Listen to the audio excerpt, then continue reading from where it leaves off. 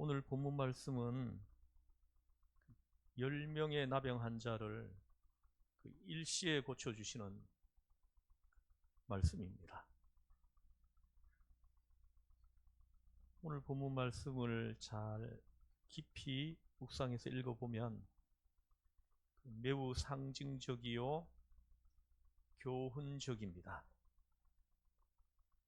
그리고 오늘 이 사건 속에 중요한 교리가 들어있다는 것을 우리는 깨달을 수 있습니다. 제가 앞에서 설교할 때 계속해서 말씀드렸듯이 예수님의 이적, 그 행하신 일들은 모두 그대로가 말씀이라는 것을 우리는 잊지 말아야 합니다. 그렇기 때문에 성경을 우리가 읽을 때에는 사건만 보고 말할 것이 아니요, 그 사건 속에서 주님의 음성을 들을 줄 알고 말씀을 들을 줄 알고 깨달을 줄 아는 지각을 가지고 말씀을 읽고 들어야 할 것입니다. 오늘 본문 말씀이 주시는 교훈을 이제 살펴보겠습니다. 첫 번째 교훈은 누구도 차별하지 않으신다 하는 것입니다. 예수님은 어느 누구도 차별하시지 않으신다는 것입니다. 오늘 본문을 보십시오. 사마리아 사람이라고 하는 것이 특별히 강조되어 있습니다. 뿐만 아니라 예수님께서 사마리아 지방으로 가셨다 하십니다. 여러분들이 잘 아시다시피 유대 사람들과 사마리아 사람들과의 관계가 전통적으로 안 좋았고, 유대 사람들이 사마리아 사람들을 멸시하고 더럽게 여기는 시절에 오늘 이 사건이 있었기 때문에 특별한 의미가 여기에 있는 것입니다. 여러분 누가복음 9장에 보면은 예수님께서 예루살렘으로 올라가시는 길에 사마리아 마을로 들어가시려고 하시는데 사마리아 사람들이 못 들어오게 하신 적이 있습니다. 사마리아로 들어가시려고 하는데 사마리아인들이 막아버립니다. 막아서 예수님이 들어가시지 못하는 일이 기록되어 있습니다. 이 사마리아에서 예수님을 영접하지 않는다 하는 기록도 있습니다. 유대 사람들은 순례를 할 때에도 사마리아 땅이 더럽다고 사마리아 사람들을 만나지 않겠다고, 사마리아 그 땅을 밟지 않겠다고 해가지고 일부러 요단강을 건너가가지고 그리고는 동쪽으로 쭉 내려가서 그래서 남쪽으로 와서 그리고 다시 요단강을 건너가지고 예루살렘으로 가는 그런 우회의 길을 택해서 다닐 만큼 그 사마리아를 경멸했습니다. 그러나 예수님은 그렇지 않으셨습니다. 예수님께서는 사마리아 길을 꺼리 끼지 않고 지나다니셨습니다. 예수님께서는 어느 유대인들과는 달리 사마리아 사람도 같은 하나님의 자녀로 대하셨다는 것을 우리는 꼭 기억하셔야 합니다. 예수님의 시각으로는 사마리아 사람들도 다 같은 하나님의 자녀요 구원받아야 할 사람들이었습니다. 예수님께서는 누구도 차별 대우하지 않으셨습니다. 예수님만은 사마리아와 예루살렘, 이스라엘과 유대 사람들을 똑같은 하나님의 백성으로 대하셨다는 진리를 깊게 생각하여야 할 것입니다. 기록에 따르면 예수님께서 거리낌 없이 사마리아 땅을 지나서 예루살렘으로 가는 일이 많아졌다고 합니다. 그래서 한동안 이렇게 그럭저럭 괜찮았던 모양인데 여러 해가 지나자 사마리아 땅을 지나던 갈릴리 사람들과 사마리아 사람들 사이에 무슨 일로 시비가 벌어졌는지 그로 말미암아 사마리아 사람들이 많은 유대 사람들을 학살하는 사건이 발생했다고 합니다. 아무튼 사마리아와 유대 사이는 숙명적으로 감정이 좋지가 않았습니다. 지금 이스라엘과 하마스가 전쟁을 하고 있는데요. 이 하마스와 이스라엘 사이에 있는 적대 감정만큼이나 사마리아 사람들과 그 유대 사람들의 감정이 그렇게 악화되어 있었습니다. 그럼에도 불구하고 예수님께서는 최후의 순간까지 마지막으로 예루살렘을 향하여 올라가실 때에도 역시 사마리아 길을 통해서 지나가셨습니다. 저는 이 말씀을 통해서 큰 은혜를 받습니다. 이와 같이 예수님께서는 이 세상 어느 누구도 차별하시지 않았다는 것을 우리는 깊이 명심해야 합니다. 두 번째로는 치유받은 사람들이 다름 아닌 불치의 나병 환자들이었다는 것입니다. 이 나병은 의학이 발달한 지금까지도 난치병입니다. 그리고 그 당시에는 전혀 고칠 수 없는 불치병이었습니다. 이 나병이라 하면 사람들은 적어도 몇 가지 선입견을 가지고 있었습니다. 그 하나가 나병이 걸린 채로 그대로 살다가 살이 서서히 썩어서 그대로 죽어갈 사람이라는 선입견입니다. 그야말로 비참하기 짝이 없는 소망이 없는 사람들이라는 것입니다. 또 하나는 저주받은 병이라는 겁니다. 하늘이 내린 병이라고 생각하는 것입니다. 그렇기 때문에 나병 환자에 대해서는 사람들이 동정을 하지 않습니다. 불쌍하다고 생각하기 전에 얼마나 죄가 많았으면 저런 병에 걸렸을까? 천벌을 받은 것이야. 부모가 죄를 지었건 본인이 죄를 지었건 어쨌건 큰 죄인이다 라고 생각을 합니다. 이것이 바로 우리가 깊이 생각해야 할 점입니다. 이 다른 병에 대해서는 동정이 있지만 이 나병에 대해서는 어떠한 동정도 하지 않았다는 것입니다.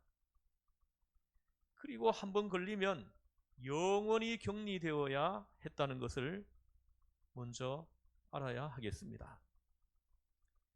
비록 내 사랑하는 가족이라 할지라도 일단 나병이 발병하기만 하면 예외 없이 집을 떠나게 했습니다. 철저히 격리시킴으로써 가족과의 관계마저 끊어버렸습니다. 동네 밖으로 쫓겨나 대체로 동굴 같은 곳에서 기거하면서 어쩌다 음식이라도 갖다 주면 그것을 먹고 삽니다. 안 가져다가 주면은 그대로 굶어 죽어야 했습니다. 그렇게 살다가 그렇게 끝나는 사람들입니다. 인정에서 끊어졌다는 것보다 더욱 비참한 것은 하나님의 성전에도 들어올 수 없다는 사실입니다. 예배하고 싶은데 예배하러 올 수 없는 거예요. 주의 백성들에게 그보다 더 참혹한 일이 어디 있겠습니까? 하나님의 성전에 들어와 회중에 참여할 수 있는 그 고귀한 예배자의 특권마저 빼앗긴 사람들인 것입니다.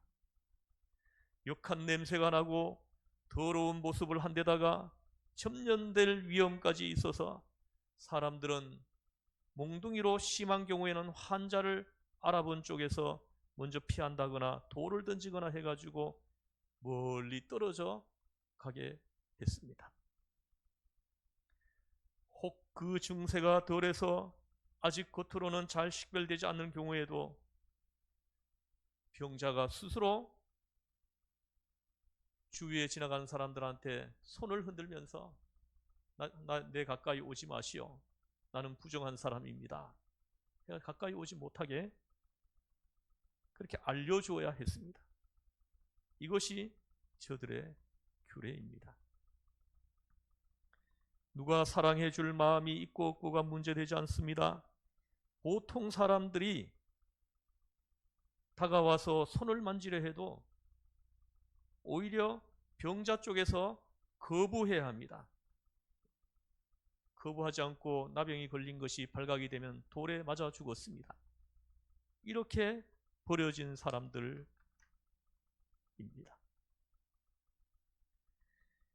오늘 본문에서 한 가지 더 생각할 것이 있습니다. 그 10명의 나병 환자 중에서 한 사람은 사마리아 사람이고 9명은 유대 사람이었다는 것입니다. 그 유대인 나병 환자들과 사마리아인 나병 환자는 어느 유대인과 사마리아인 사이와는 달리 놀랍게도 서로 친합니다. 친하게 지내고 있습니다. 여러분, 유대인 거지조차 사마리아인이 주는 동량은 받지 않을 정도로 극과 극을 이루는 처지인데 나병 환자끼리는 친하다는 것입니다. 무엇이 이들을 친하게 했습니까? 고난이 사람을 겸손하게 만들고 일체감을 형성해 준 것입니다. 고난이 서로를 교제하게 만들어 줍니다. 그것을 우리가 알아야 하겠습니다. 그리고 오늘 본문의 이적에는 몇 가지 특징이 있습니다. 우선 멀리서 이루어진 기적이라는 것입니다. 10명의 나병 환자가 나음을 입은 이적은 그 자리에서 바로 일어난 것이 아닙니다. 시간적으로나 공간적으로나 거리가 있었습니다. 다른 이적의 경우와는 달리 예수님께서는 그 당장에서 고쳐주신 것이 아니라, 여러분 14절 한번 보십시오. 14절을 같이 읽어보겠습니다. 시작.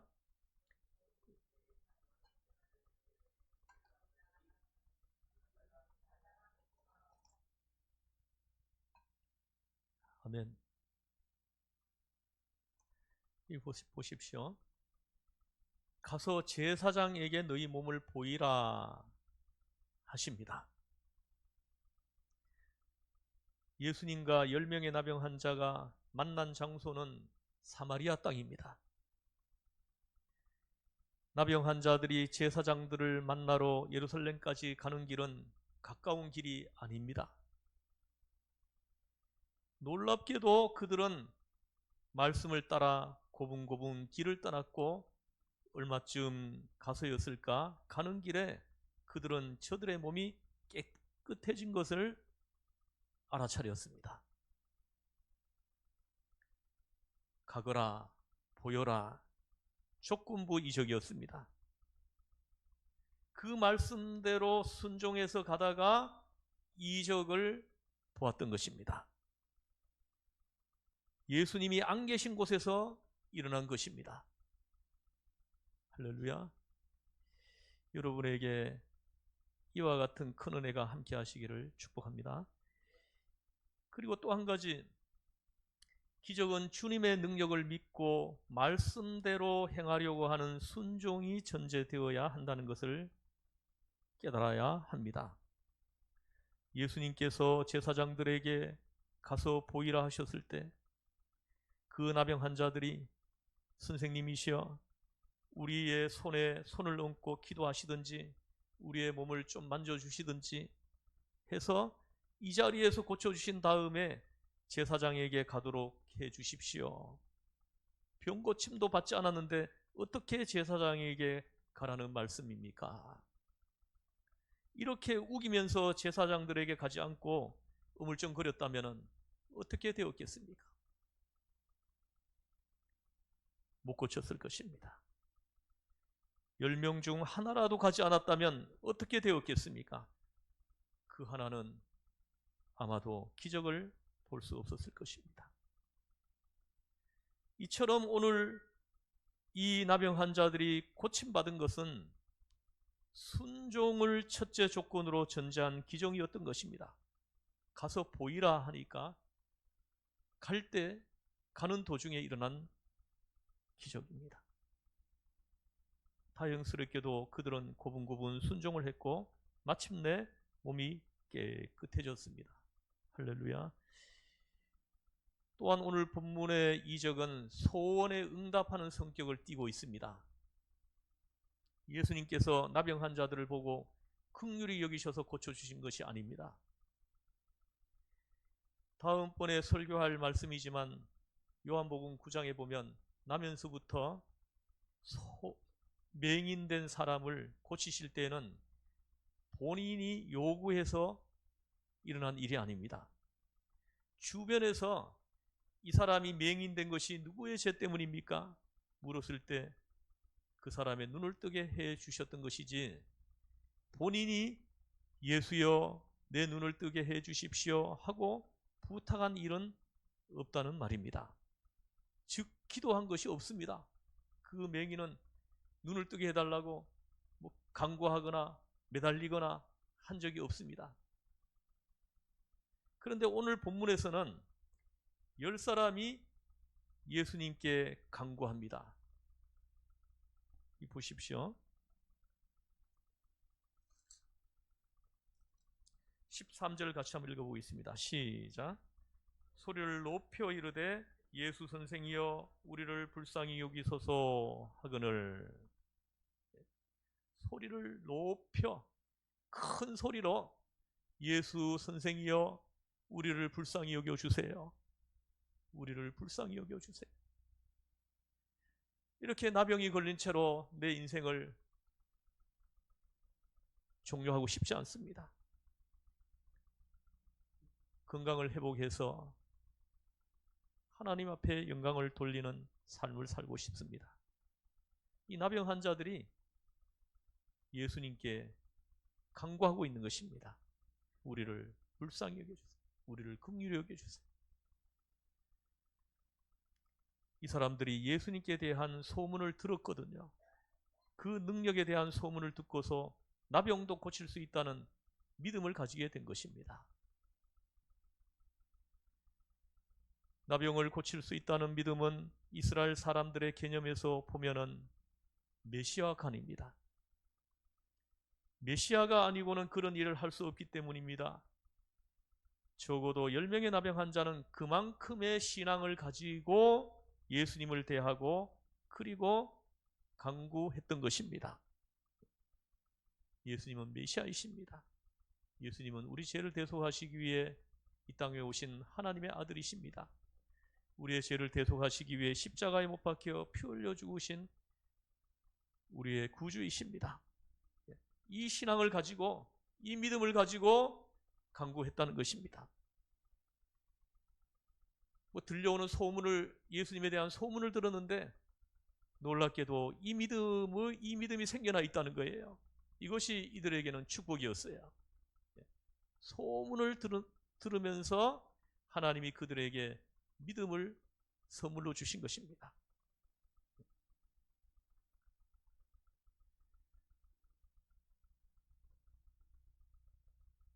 기도의 응답으로 병을 고쳐주셨다는 것은 중요한 의미를 내포하고 있습니다. 그리고 그들이 나았다는 것을 몸으로 느낀 순간에 반응이 둘로 나타납니다. 10사람 중에 한 사람, 그 사마리아 사람은 그 자리에서 돌아섭니다. 제사장들에게 가지 않고 발길을 돌려 예수님께로 옵니다. 예수님 앞에 와서 엎드려 절하고 하나님께 영광을 돌립니다. 나머지 9 유대인들은 제각기 흩어져 가버렸습니다. 똑같은 경험에 대한 반응이 이처럼 다릅니다. 은혜는 똑같이 받습니다. 말씀의 은혜든 기적을 체험하는 은혜든 중생의 은혜든 하나님의 능력을 깨닫는 은혜를 똑같이 받고도 응답이 이렇게 다른 것입니다. 어떤 사람은 정말로 감사하고 어떤 사람은 나을 때가 되니까 나았나 보다라고 생각하고 또 어떤 사람은 쉽게 잊어버리기도 합니다. 이렇게 여러 가지 반응을 우리는 볼 수 있는 것입니다. 그런데 오늘 본문에서는 2가지로 분류했습니다. 사마리아 사람은 주님을 찾아와 큰 소리로 영광을 돌렸지만 문제는 9사람입니다. 본문을 한번 자세히 보십시오. 예수님께서는 그 사마리아인을 칭찬하시는 한편으로 은연중에 9사람에 대한 섭섭함을 드러내시고 있습니다. 그 9은 어디 있느냐? 그 9도 치유되지 않았느냐? 그 9은 어디 있느냐? 제사장들에게 가라 하셨고 반드시 오라고 하셨던 것도 아니지만 예수님께서는 이들이 돌아오기를 은근히 바라셨던 것 같습니다. 그런데 여러분, 이 9명은 도대체 어디로 갔을까요? 이에 대해서는 이야기가 많습니다. 우리도 한번 상상을 한번 해보겠습니다. 첫째로 제사장에게 갔을 것이라고 가정할 수 있습니다. 제사장에게 보이고 완전히 고쳐졌다는 확인을 받아야 누구를 만나든지 말든지 할 것이 아니냐라고 가정해서입니다. 그러나 제가 본문 말씀을 묵상해 볼 때 이것은 별 가능성이 없는 추측입니다. 또 이런 생각도 할 수 있습니다. 지금은 거지이니 얻어먹는 거지로 살고 있었잖아요. 그러니까 얼마나 지저분하겠습니까? 옷이 몇 년 동안 빨아 입지 않은 옷을 걸치고 있었겠지요. 더러운 꼴을 하고 있지 않겠습니까? 그러니 일단 목욕을 하고 옷도 갈아입은 연후에나 제사장을 찾아보려 했을 것이라는 추측입니다. 여러분, 아니 이렇게 큰 은혜를 입었는데 빈손으로 갈 수 없다. 좀 격식을 갖추어서 예수님께 경배를 해야 되겠다라고 생각을 했을까요? 여러분, 그랬다 하더라도 그것이 하나님을 기쁘시게 하는 것은 아니었습니다. 우리는 이것을 분명히 알아야 합니다. 이 종교개혁자 그 깔뱅은 오늘 본문을 이렇게 말합니다. 그 9사람은 과거에 대한 기억을 잊어버리려고 했다. 그래서 멀리 떠나버렸다. 이렇게 해석을 합니다. 그것도 일리가 있는 말입니다.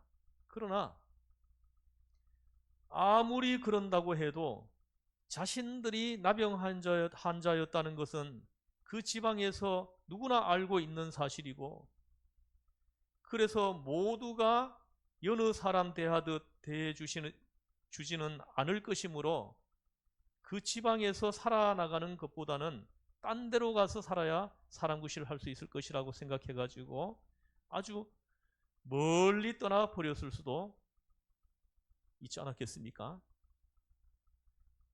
여러분들도 그런 체험이 있으실지 모르겠습니다.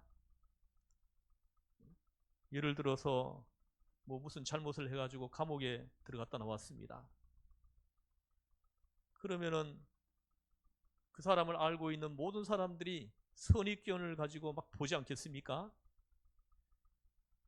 그래서 이 사람이 아무도 모르는 곳에 가서 살면 내가 전과자라는 것을 알지 못하지 않겠느냐 해가지고 멀리 가서 살았을 수도 있지 않겠습니까?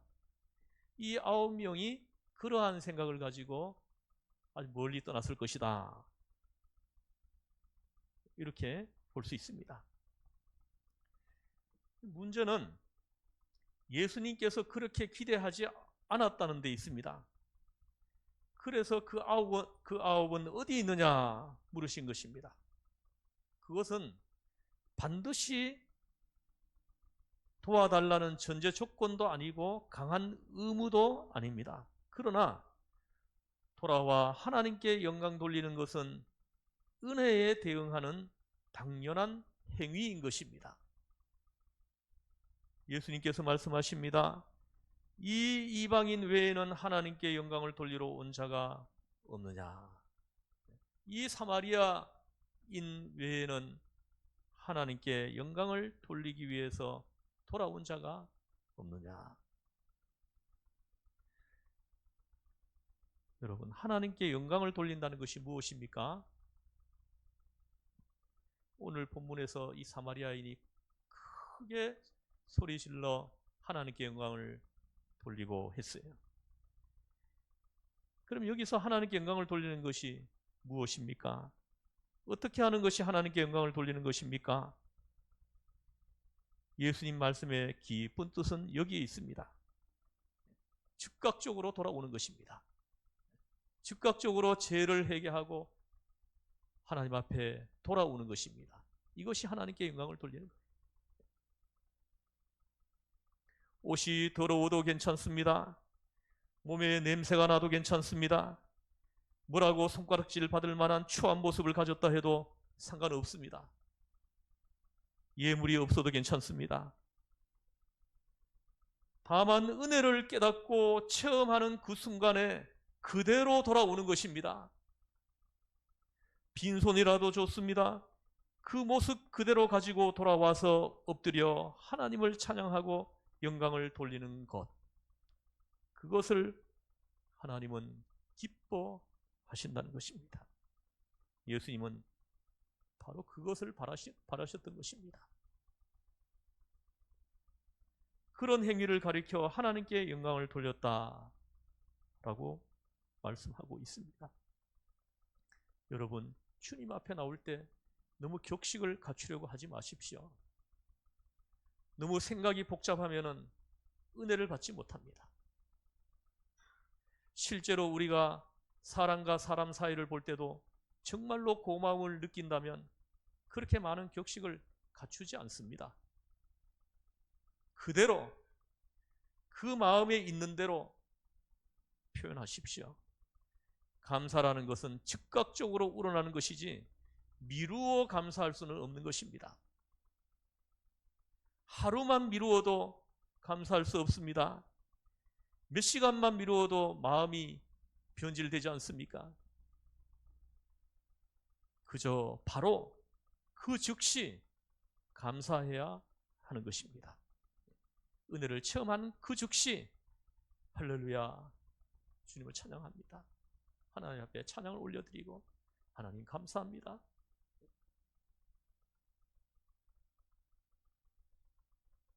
오늘 본문을 통해서 말씀을 주실 때 하나님께 영광 돌린다는 것이 무엇인가를 깊이 생각해 보아야 합니다. 오늘 본문 마지막에 보면 보십시오. 같이 한번 읽어보겠습니다.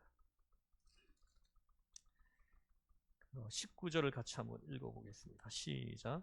그에게 이르시되 일어나 가라 내 믿음이 너를 구원하였느니라 하시더라. 아멘. 내 믿음이 너를 구원하였느니라. 내 믿음이 너를 구원하였느니라. 그러면 여러분 아멘 하고 응답이 있어야 되는 거 아닙니까? 내 믿음이 너를 구원하였느니라. 아멘. 사마리아인은 나병을 고침받고 나병만 고침받은 것이 아닙니다. 제사함도 받고 구원받고 하나님의 자녀가 되는 큰 은혜를 받았습니다. 할렐루야. 그러나 돌아오지 않은 9사람은 몸만 치유받은 것입니다. 9은 몸은 나았지만 마음은 무거운 빚을 진 반면 이 사마리아 사람은 몸도 영혼도 다 구원받는 엄청난 은혜를 입은 것입니다. 할렐루야. 우리 기도하겠습니다. 하나님 아버지, 오늘 선포되는 말씀을 사람의 말로 받지 않고 하나님의 음성으로 다 듣게 하여 주옵소서. 말씀을 품고 흩어져서 또 일주일 동안 세상에서 살 때 이 말씀이 계속 묵상되어지고 이 말씀이 내 삶의 한 시간 한 시간을 이끌어주는 능력의 말씀, 축복의 말씀, 은혜의 말씀이 되게 하여 주옵소서. 성령님께서 오늘 말씀을 못 들은 모든 주의 성도들의 그 마음을 하나님께서 움직여 주셔서 하나님이 기뻐하시는 귀한 삶을 살아드리는 축복의 한 주가 되게 하여 주시옵소서. 우리를 죄에서 구원하신 예수님의 이름으로 기도드리옵나이다. 아멘.